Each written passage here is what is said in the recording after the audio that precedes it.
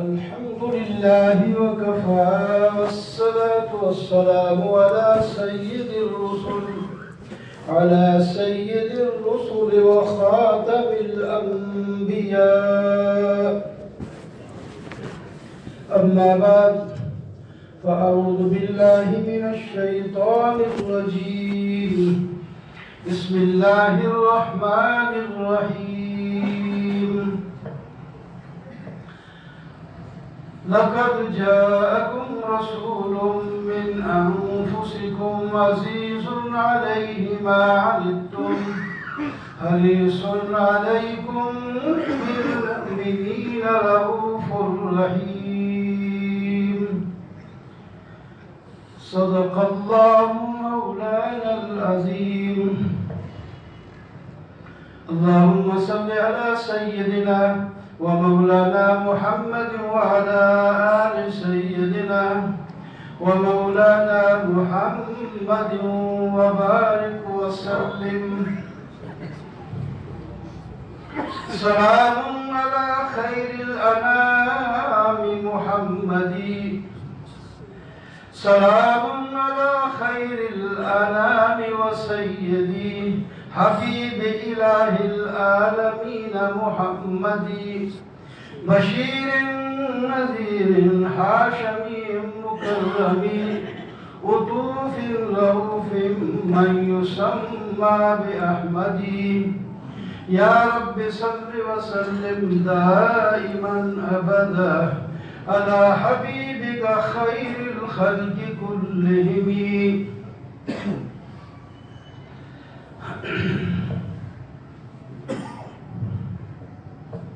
محمد کی محبت دین حق کی شرط اول ہے.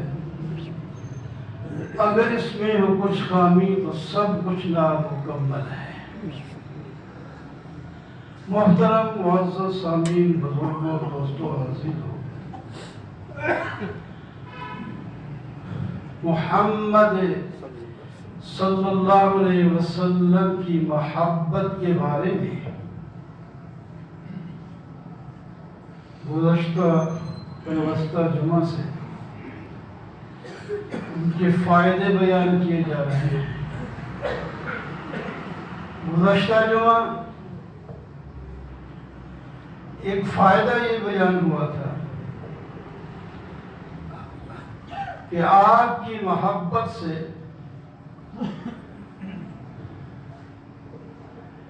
دین کے ہر حکم پر عمل کرنے میں لذت محسوس ہوتی ہے، یا حلاوت ایمان حاصل ہو جاتا ہے. دوسرا فائدہ یہ بیان کیا تھا کہ جس کو اللہ کے رسول کے ساتھ محبت ہے وہ جنت میں نبی کریم صلی اللہ علیہ وسلم کی معیت حاصل کرے گا. اس پر حدیثیں، واقعات، شواہد عرض کیے تھے. اب تیسرا فائدہ یہ ہے کہ یہ ایک اصول ہے. کل حبیب یحب لقاء حبیبہ، کہ ہر ایک شخص جو کسی سے محبت کرتا ہے تو وہ اس کی ملاقات کا خواہاں رہتا ہے. وہ چاہتا ہے میں اپنے محبوب کو دیکھوں، دیدار کروں، اس سے باتیں کروں. تو پھر اس اصول کے لحاظ سے جو بھی نبی کریم صلی اللہ علیہ وسلم کے ساتھ محبت کرے گا وہ نبی علیہ السلام کی زیارت کا بھی متمنی ہوگا،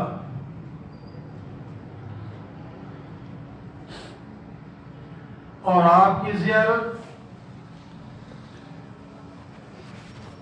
آپ کی سنت پر عمل کرنے سے ممکن ہے۔ یہ مطلب ہوا جو اللہ کے رسول کے ساتھ محبت کرتا ہے وہ آپ کی سنت کے ساتھ بھی محبت کرتا ہے، اور سنت کے ساتھ محبت کرنے کا مطلب یہ ہے کہ وہ سنت پر چلتا ہے، سنت پر چلتا ہے، اور جو سنت پر چلے گا وہ کامیاب ہوگا، وہ کامیاب ہوگا، کیونکہ ارشاد باری تعالی ہے تمہارے لیے میں نے اللہ کے رسول کی زندگی میں بہترین نمونہ رکھا ہے۔ لَقَدْ كَانَ لَكُمْ فِي رَسُولِ اللَّهِ أُسْوَةٌ حَسَنَةٌ، تمہارے لیے اللہ کے رسول کی زندگی میں بہترین نمونہ ہے۔ آپ کی ساری زندگی پر عمل کرنے سے سنت پر عمل ہوگا۔ دین میں وہ فرض کا درجہ رکھتی ہے یا سنت کا درجہ رکھتی ہے یا واجب کا یا مستحب کا، لیکن اصل وہ اللہ کے رسول کی سنت ہے۔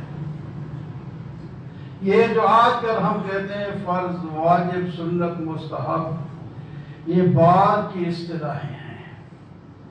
آسانی کے لیے فقہا نے ہمیں ایک درجہ بندی کے ساتھ دین کے احکام بتا دیے ہیں، تاکہ کسی ضرورت کی وجہ یا غفلت کی وجہ سے کوئی ایک کام نہ کر سکے تو ضروری کام جو ہے وہ تو ضرور کرے۔ مثلا کسی کے پاس وقت نہیں ظہر کی نماز کا، بہت ہی تھوڑا، تو 4 فرض ہی پڑھ کے چلا جائے، فرض پر عمل کرے، یہ درجے بتایا۔ تو جو یہ باتیں نہیں جانتا وہ فرض کو، سنت کو، مستحب، نفل وغیرہ کو سب برابر جانتے، کہتے ہیں پڑھنی ہے تو پھر ساری پڑھنی، نہیں تو پھر ایک فرض کیا ہے؟ بھائی کوئی بیماری ہے، کوئی سفر ہے، کوئی تکلیف ہے، کوئی بہت ضروری کام ہے، نہیں پڑھ سکتے ساری نماز، تو فرض تو پڑھو، فرض بھی چھوٹے کر کے پڑھ لو، لمبی قرات نہ کرو، فرض ادا کرنا ضروری۔ تو اس فائدے کے لیے فقہا نے ہمیں یہ درجہ بندی بتائی ہے، ورنہ ساری چیزیں آپ کی سنت میں ہیں، آپ نے انہی پر عمل کیا ہے، فرض پر عمل کیا، سنت جس کو ہم کہتے ہیں اس پر بھی آپ ہی نے عمل کیا، نفل جس کو ہم پڑھتے ہیں وہ بھی آپ نے عمل کیا یا اس کی فضیلت بتائی۔ تو جو اللہ کے رسول سے محبت کرے گا آپ کی سنت سے پیار کرے گا، اور جو سنت سے پیار کرے گا تو اس پر عمل کرے گا، جو عمل کرے گا وہ دیندار ہوگا، اس کو اللہ کے رسول کی معیت حاصل ہوگی، دیدار حاصل ہوگا، پیار حاصل ہوگا۔ اس واسطے حدیث پاک میں نبی کریم صلی اللہ علیہ وسلم نے فرمایا کل امتی یدخلون الجنہ الا من ابا، میری ساری امت جنت میں جائے گی، میری ساری امت جنت میں جائے گی، مگر وہ شخص جو انکار کر دے۔ صحابہ نے عرض کیا یا رسول اللہ وہ کون ہے جو انکار کرے جنت میں داخل ہونے سے؟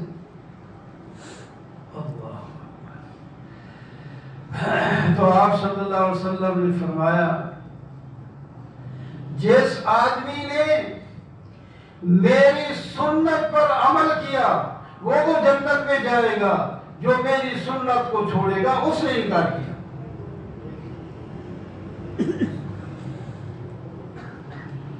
یہ سنت کے لفظ ہیں وہاں، تو اس میں سارے دین کے احکام آتے ہیں اس سنت میں۔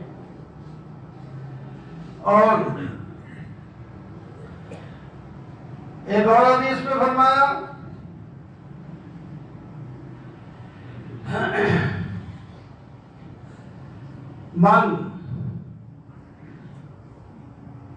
من احب سنتی فقد احبنی ومن احبنی کان معی فی الجنہ۔ جس نے میری سنت کے ساتھ محبت کی اس نے میرے ساتھ محبت کی، جو میرے ساتھ محبت کرے گا وہ میرے ساتھ جنت میں جائے گا۔ محبت صرف لفظوں سے نہیں ہوتی کہ لفظ کہتے ہیں مجھے محبت ہے۔ محبت نظر آتی ہے کس کو کس سے محبت ہے۔ جو محبت کرنے والا ہے اپنے محبوب کا ہر قول فعل طور طریقہ اپناتا ہے، وہ ہے محبت۔ ایسے نہیں لفظ سے ہم کہیں کہ ہمیں محبت ہے اور عمل کی جب باری ہے تو نہیں یہ مجھ سے نہیں ہوتا، ایسا نہیں۔ اللہ من احیا سنتی عند فساد امتی فلہ اجر مئت شہید۔ فرمایا جو شخص میری سنت کو زندہ کرے یعنی عمل میں لائے اور معاشرے میں راج کر دے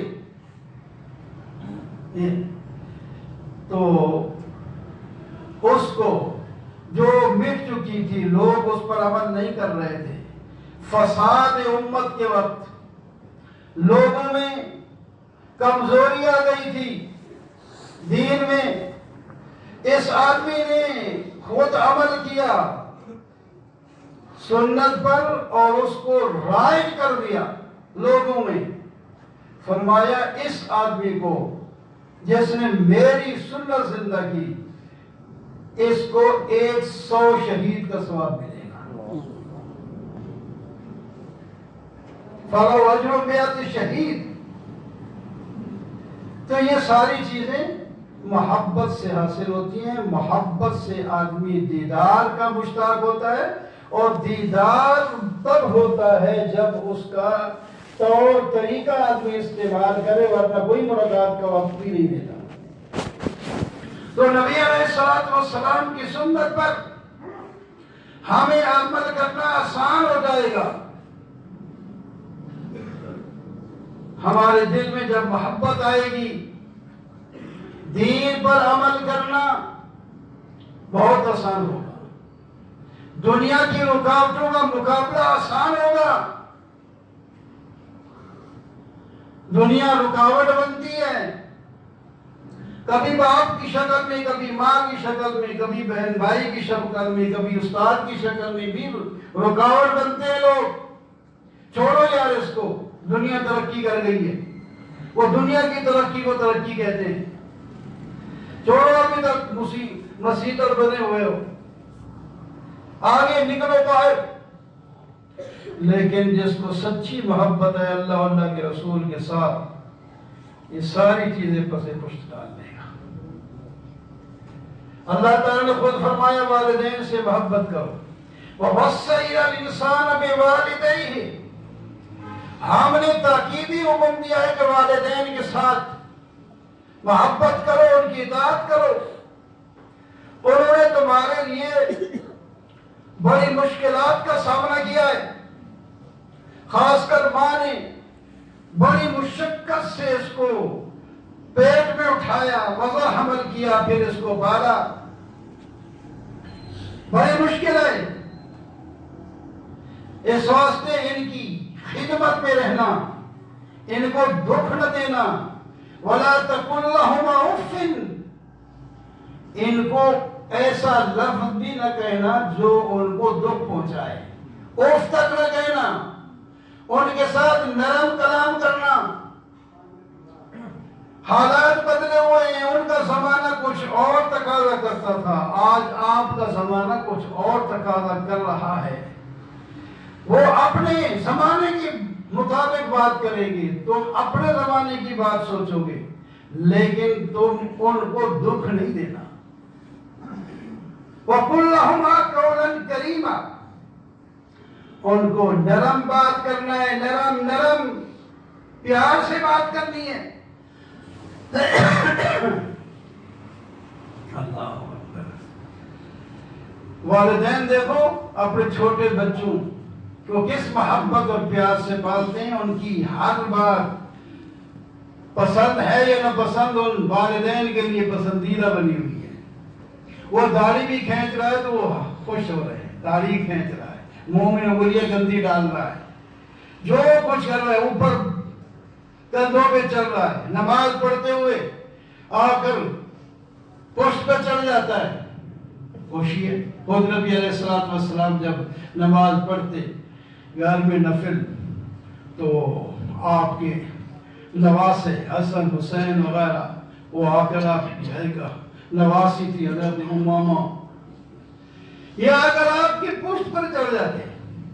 اللہ، تو یہ ہوتا ہے، بچوں کی باتیں برداشت ہوتی ہیں، بچے کا جسم بھی چھوٹا ہوتا ہے، اس کی حالات بھی ایسے ہی پیارے پہ، لیکن جب بڑا ہو جاتا ہے نا بابا بوڑھا، اس کا جسم تو بڑا ہی ہوتا ہے، اب اس میں کوئی خوشنوائی نہیں رہی، اب کمزوری آ گئی ہے اور دماغ بھی وہ نہیں رہا، بات اب کئی بات کر دی کبھی کچھ کہہ دی۔ فرمایا سب برداشت کرو، سب برداشت کرو، سب برداشت۔ ایک باپ نے اپنے بیٹے سے کہا، بڑا ہو گیا تھا وہ بیٹا یہ دیوار پہ کیا بیٹھا ہے؟ پرندہ بیٹھا تھا، کوا، اس نے کہا کوا ہے۔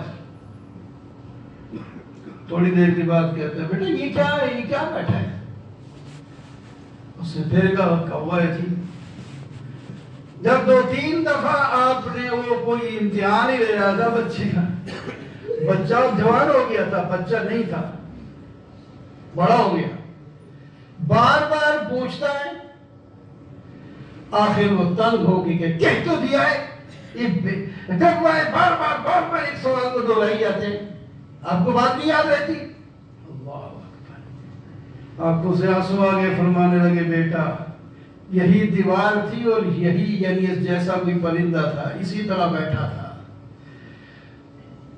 تو بار بار کہتا ہے ابو یہ کیا ہے؟ میں کہتا کوا، مجھے یاد ہے تو نے 70 دفعہ پوچھا، میں نے خوشی سے بتایا تھا یہ کوا ہے، اور تو 3-4 دفعہ بگڑ گیا، فرق ہو جاتا۔ اس واسطے اگر مشکل بھی ہے تو آپ نبی علیہ السلام نے فرمایا جو آدمی اپنے والدین کے چہرے اقدس پر محبت کی نظر ڈالے گا تو میں اس کو حج عمرے کا ثواب دوں۔ اس واسطے جن کے والدین زندہ ہیں ان کو چاہیے جب وہ گھر آئے سب سے پہلے اپنے والد اور اپنی والدہ کو دیکھیں، والد ہے والدہ دونوں زندہ ہے یا ایک ہے، سب سے محبت سے ان کو سلام کریں، پیار کے ساتھ ان کو دیکھ کے جائیں۔ ایک تو وہ خوش ہو جائے گا میرا بیٹا کتنا فرما بردار ہے، سب سے پہلے بچے کو نہیں ملا، بیوی کو نہیں ملا، کھانے کی طرف نہیں گیا، تو میرے پاس آیا ہے، سلام کیا ہے محبت سے، نظر ادھر اللہ سے حج عمرے کا ثواب مل جائے۔ اور باپ خوش ہوگا، پتہ نہیں وہ اس وقت کیا دعا دے گا۔ جب بیٹا اولاد فرما بردار ہو تو منہ سے خامخواہ ضرور ہی کوئی نہ کوئی دعا نکل جاتی ہے، تو اس دعا سے کام پار ہو جاتا ہے۔ اگر دل دکھا دیا تو پھر بعض دفعہ پہلے تو اپنے آپ کو قابو کرتا ہے کہ بد دعا والدین کے لیے بچوں کے لیے نہ کریں، لیکن نکل ہی جاتی ہے بعض دفعہ جب تنگ کر رہا ہے۔ تو بات محبت کی ہو رہی تھی کہ سنت کو اپنانا نبی علیہ السلام کو خوش کرنا ہے اور اپنی زندگی کو بنانا ہے اور اپنی آخرت کو بنانا ہے. لہذا ہمیں چاہیے کہ ہم نبی کریم صلی اللہ علیہ وسلم سے محبت کریں اور سنت پر عمل کر کے اس پر استشہاد پیدا کریں تو انشاءاللہ ہم دنیا اور آخرت میں کامیاب ہو جائیں گے. وَأَقُولُ قَوْلِي هَذَا وَأَسْتَغْفِرُ اللَّهَ